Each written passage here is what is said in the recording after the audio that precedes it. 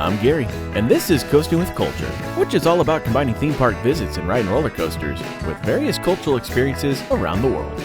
After making the flight across to London, it's time to kick off this adventure through England with a pair of London area theme parks and a well-known British royal residence. Starting the day with a visit to Legoland Windsor, taking a coaster break at Windsor Castle, and ending the evening with some thrills at Thorpe Park.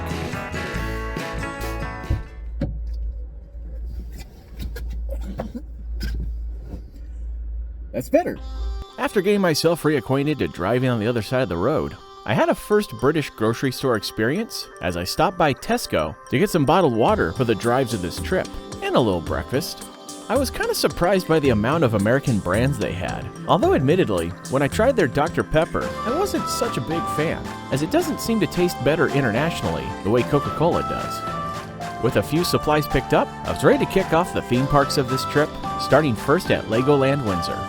While there are many common features and attractions at all Legoland theme parks, there's often something that helps each one stand out from the others, such as this Legoland's hillside location, which gives some great views just inside the entrance gate, where you can see Windsor Castle and downtown London in the distance. One common feature you'll find at every Legoland is Miniland, the part of the park that features many Lego models of various cities and famous landmarks from around the world.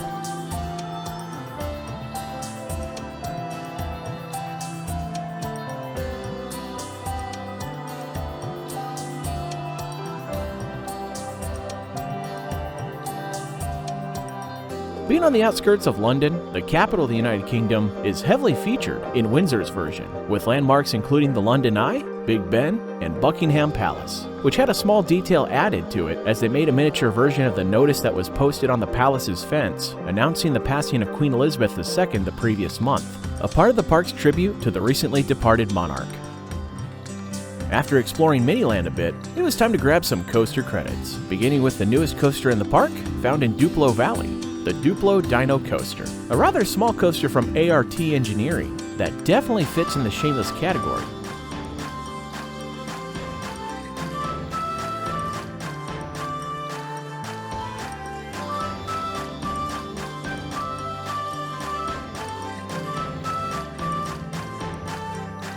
One of the rides that was unique to this Legoland is their Vekoma Madhouse, called the Haunted House Monster Party.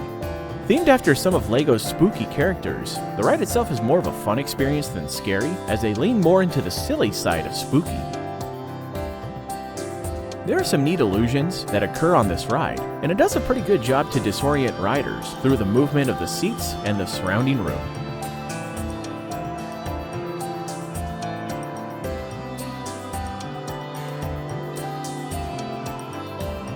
One of the park's newest themed areas is Mythica, based off a fairly new LEGO IP and featuring the United Kingdom's first flying theater attraction, Flight of the Skyline. While I was interested in trying it out, I think 90 minutes might be a little long for my liking today because of the other stops I have planned before we get to the end of the night, so I have to put that on the list of things to come back for. So I continued over to Knight's Kingdom for the other two coasters of the park, both of which were created by the British company WGH Transportation. And visit the UK without going to a castle, right? I thought I'd start with the Dragon, but the line was showing to be an hour and extended past the entrance sign. So I decided to head over to Dragon's Apprentice first, which took a while to get on due to the number of folks using the reserve and ride system. The ride itself was unique for a smaller family coaster since it follows the terrain for a large portion of the track. After that, I went ahead and made the commitment to wait for a lap on Dragon so I could complete the park's coaster collection.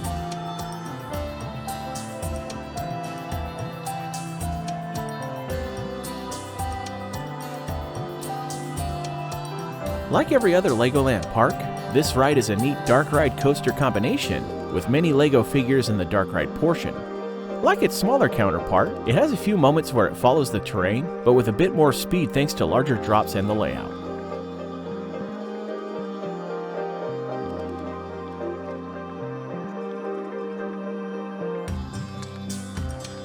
Having seen the Knight's Kingdom castle, I think at this point I'm going to shift gears and go to a different castle.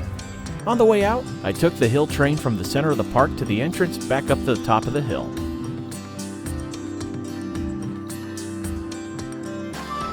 This led to heading into the main part of town for its famous residents.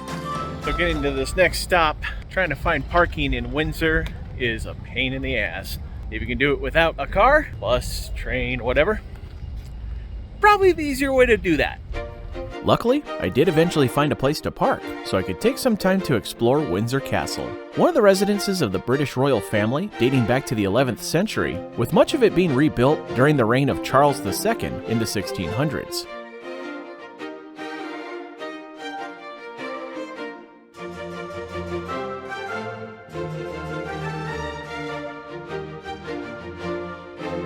Within the exterior castle walls are multiple gardens and beautifully manicured lawns.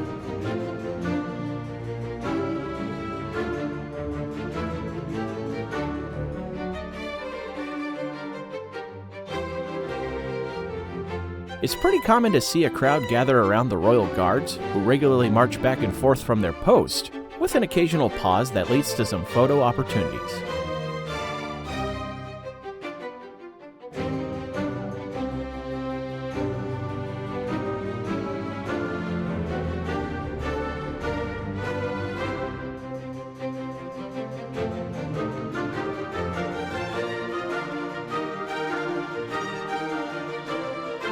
There are several portions of the castle you can visit, including the state apartments with some very historic portraits and furniture.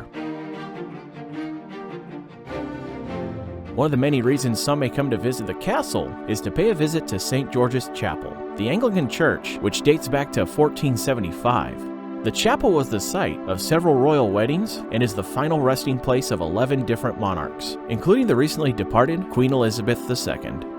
The line to visit the chapel was quite long, but it was worth it to get a chance to see the final resting place of various monarchs, and it was a bit surreal to walk through the same room seen by many around the world, as Queen Elizabeth's coffin was lowered into the same vault as King Henry VIII, where she remained until she joined her husband and parents in a side wing of the chapel. With a few hours left in the evening, I departed from Windsor Castle and continued to the other part of the day, Thorpe Park.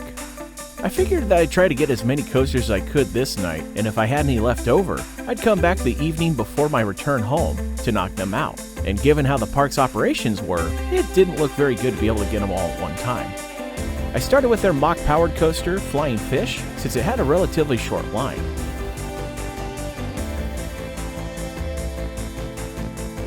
Then continued on to Swarm, their custom B&M wing coaster, where you ride through a post-apocalyptic zone with multiple objects causing several near misses along the way for an added thrill.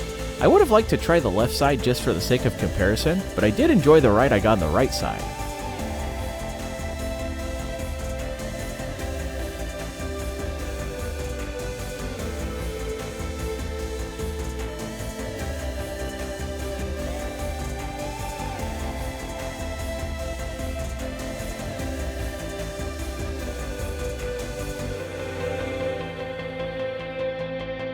After that, I continued to the park's other B&M, their inverted coaster, Nemesis Inferno. Waiting for the ride led to getting soaked due to passing thunderstorms and heavy rains while in a very open queue, which was a bit of a bummer, but the ride itself is solid, kicking off with a fairly long pre-lift track segment and features a number of B&M signatures, such as a vertical loop first inversion and interlocking corkscrews. I wouldn't say that it became my favorite B&M invert, but I did enjoy it. Even though I was pretty soaked from that wait in line, I decided I'd go ahead and try to get as many other coasters as I could before closing, but didn't realize how disappointing the end of this visit was going to be. I went to go take a ride on the Walking Dead coaster, but before I could get further in line, I saw a sign that said you had to have 2 people for the ride. And while I probably could have waited to see if there was somebody else who needed a riding partner, I figured I'd just wait till that last evening before going home, because I had been in contact with Emma, who joined us at Energylandia for the Stumble, and we made plans to catch up on that other evening, so I figured I would get it then. With about an hour left before closing time, the posted wait time for Colossus was about 30 minutes, so I thought I'd be able to go ahead and grab a ride on this 10 inversion coaster from Intamin, then run over to Saw the Ride before the end of the night. Unfortunately, that 30-minute wait was way off, as our line would hardly move due to the number of folks using Fast Track, and I didn't reach the station for the ride until about 30 minutes after park closing, for a total wait of about an hour and a half. But the worst part of it, I was a wee bit too big for the shoulder harnesses to close far enough to get the seatbelt attached, so I ended up waiting that whole time for nothing. It was a disappointing end of the day, but I figured that coming back later in the trip would give me a chance to try a different seat and knock it out with the other coasters that I still needed in the park. For now though, there was still a lot of coasters to look forward to as the trip would continue, including several that were part of a morning shameless coaster run and a chance to ride an increasingly rare model the next day. Thank you for watching this Coasting with Culture video. If you enjoyed it, please give it a thumbs up and click the subscribe button below to see future videos here on YouTube like these ones which you may enjoy as well. Additional content can be found at coastingwithculture.com, and you can also follow Coasting with Culture on Facebook, Instagram, and Twitter for announcements, previews, and updates. Thanks again for watching, and until next time, take care and safe travels.